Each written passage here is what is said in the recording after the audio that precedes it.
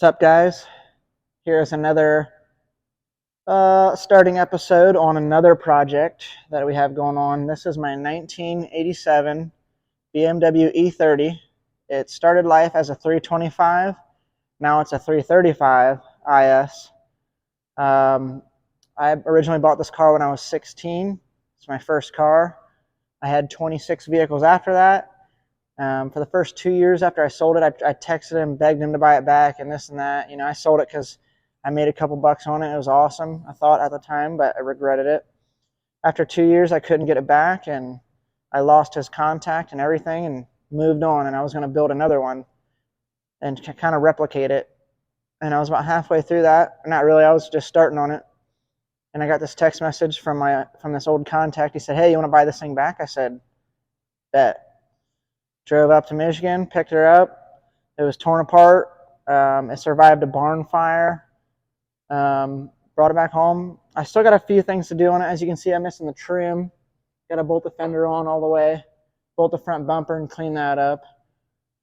I got to put the door cards back on. I got radiator issue, just leaking a teeny bit. And put new battery. Just a couple little minor things, but yeah, this thing is cool. I got it back after 7 years. It's cool, and I'm keeping it around this time.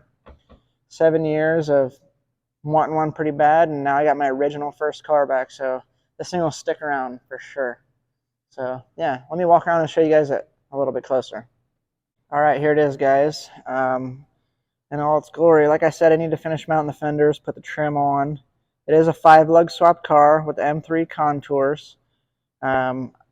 I do have plans on putting maybe a 3-piece style 32 on it. I would love to do that, get a little bit lower, different suspension, but no wipers, got 5% all the way around, including the windshield, as you can see. And it's dirty, so it looks even better when it's clean. Oh, no, it looks really bad. Sorry. But yeah, it looks like that all the way around. It's got this ugly carbon sticker that's been there since when I owned it 7 years ago. I would like to take that off and just go back to black. Maybe put some chrome trim back on it. But yeah, you can get a look at them. M3 contours. If anybody wants to buy them, hit me up. Like I said, it wasn't a barn fire, so this rear end got melted. It melted the taillights, bumper. It had just a lip on the trunk, on the OEM trunk, and it melted the seal out of the back glass. So I had this trunk laying around. It's white underneath. I just put it on there and spray painted it just to match, just to get it back in, driving condition, I guess. And then just got a new seal and everything put in it, new tail lights. Bumper's upstairs. It's still pretty good shape. I need to put it on, along with the door cards and whatnot. But as you can see, I just did some rough spray painting, sanding it down. I was going to kind of killer coat it just for the time being, but it needs to go into a body shop because whenever it was in that fire, it has this, it had a roof antenna put on it and the side antenna deleted, and the fire brought out the Bondo. It dried it all out, so that's showing, and then up in there. So it needs some body work just in the rear end anyway, and the top needs a good buffing, but it's single stage. It'll come out. It comes out pretty good. Like this stuff is nice and clean. I don't know. I should have cleaned it for this video, but I'm not even going to show you guys, but I think it can come out pretty good. Let's check out the interior. Like I said, door cards are off of it. That is a chassis mount shifter by Gargistic, I think it is. And it does have a full M-Tech 2 body kit as well to match the front bumper. M-Tech 2 all the way around. I have those parts upstairs, and I plan on putting those back together. I don't know if you can see how wet that is, but my clutch sleeve was leaking, so I need to fix that, you know. Good old bucket list on things to do. Interior is pretty basic. It's kind of dark. I'd have to show you out in the light because the tint's so dark. But you can see that little bit of difference, huh? But yeah, everything works pretty well. I have all kinds of pieces and parts to these. If you guys are interested in any parts, hit me up on my social medias.